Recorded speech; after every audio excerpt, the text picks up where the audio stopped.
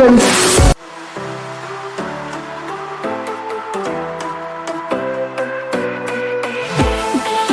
Mount ഫ്യൂജിക്ക് ജപ്പാന്റെ സാംസ്കാരിക ചരിത്രത്തിൽ വലിയ പ്രാധാന്യമുണ്ട്.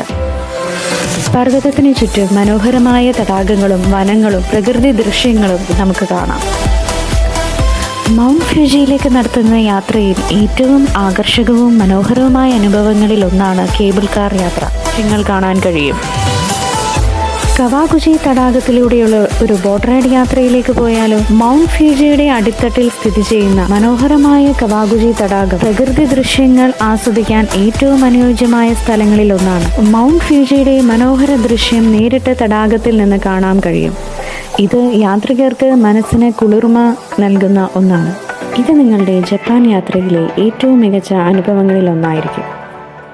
ഷിൻകാൻസൻ ബുള്ളറ്റ് ട്രെയിനിലൂടെ ഹിരോഷിമയിലേക്ക് അതിമനോഹരമായ ഒരു യാത്ര. ഹിരോഷിമ ജപ്പാനിലെ ഹോൺഷു ദ്വീപിലുള്ള ഒരു പ്രമുഖ നഗരമാണ്. ഓഗസ്റ്റ് 6, 1945 USA ഹിരോഷിമയിൽ ആണവ ബോംബ് എറിഞ്ഞപ്പോൾ ആയിരക്കണക്കിന് ആളുകൾ മരണപ്പെട്ടു. നഗരവും പൂർണ്ണമായി നശിച്ചു. ഇന്ന് ഹിരോഷിമ ശാന്തിയുടെ നഗരം എന്നറിയപ്പെടുന്നു. Peace memorial park, atomic bomb dome എന്നിവ സന്ദർശകരെ ആകർഷിക്കുന്നു. ഇവിടെ സന്ദർശിക്കുന്നവർക്ക് യുദ്ധത്തിന്റെ ഭീകരതയും സമാധാനത്തിന്റെ മഹത്വവുമാണ് അനുഭവപ്പെടുന്നത്.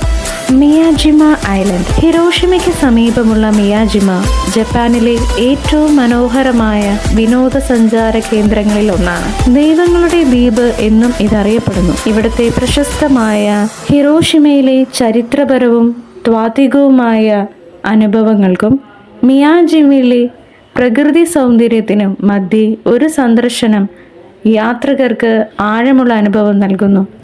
ജാപ്പനീസ് സംസ്കാരവും തനിമയും ഇവിടങ്ങളിൽ വ്യക്തമായി കാണാം. GNS ജപ്പാൻ ടൂറിനിലെ വരും ദിവസങ്ങളിലെ കാഴ്ചകൾക്കായി ഇപ്പോൾ തന്നെ സബ്സ്ക്രൈബ് ചെയ്യൂ.